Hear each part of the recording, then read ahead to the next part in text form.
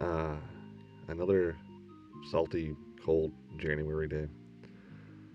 It's been, a few months now of collecting all sorts of equipment, and now I have pretty much everything I need to do what I've been wanting to do, but now I just have to figure out how to, well, use it all. So I don't really have any ideas of like anything to chew quite yet, so I'm gonna kind of do the trick I used to do back in high school when I originally started like learning how to do all this cinematography, videography, whatever, the student stuff with cameras. I'm just gonna kind of do my day-to-day chores and shoot some film, edit it together so that way I have something A I can show people, and B I have stuff I can just play around with. I have no idea what a lot of this newer software can do.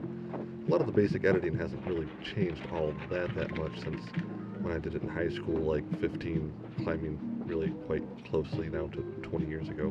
But anyways, um, there's obviously a lot more things I can do in post now, and that is quite amazing. It just seems quite endless, actually. Right now, the biggest beast has been sound. I was starting to learn a little bit of sound just recently at my last job over at a local theater, and it's live sound, which is a lot different than what I'm doing now in like a recording studio, well, ish setup. I mean, it's a lot to pay attention to with like your, high pass and flow pass and all sorts of weird different little like frequencies you can pick up through without the EQ, and there's a D hiss and D hum and pitch, and yeah. So I'm starting to figure it all out, but it seems like every time I get something figured out, there's another weird curveball. Like the mic I was using before, I have using in this one, which should be a much better mic, was giving me this weird kind of sound. And after playing with it for a while, it's actually because I have a cheap board. And the board, for the most part, is fine. It's just when I turn on the phantom power, I think that it's not insulated enough, and it's starting to pick up this weird sound when it just have such a clean pickup right now. So I'll have to figure out how to get past that later. But luckily, I have a really nice Shure mic, so that's what I'm using now. So we're gonna redo a thing I already have done, which is this kind of little intro tiddly bit here. So we'll see how good it turns out.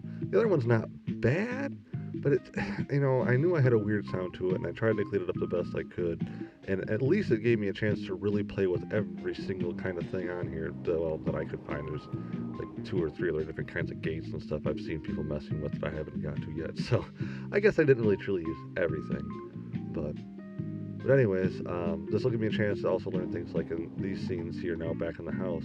I had the camera set to automatic for everything except for focus, and I realized afterwards that it was really grainy because the ISO had obviously changed and got a lot higher.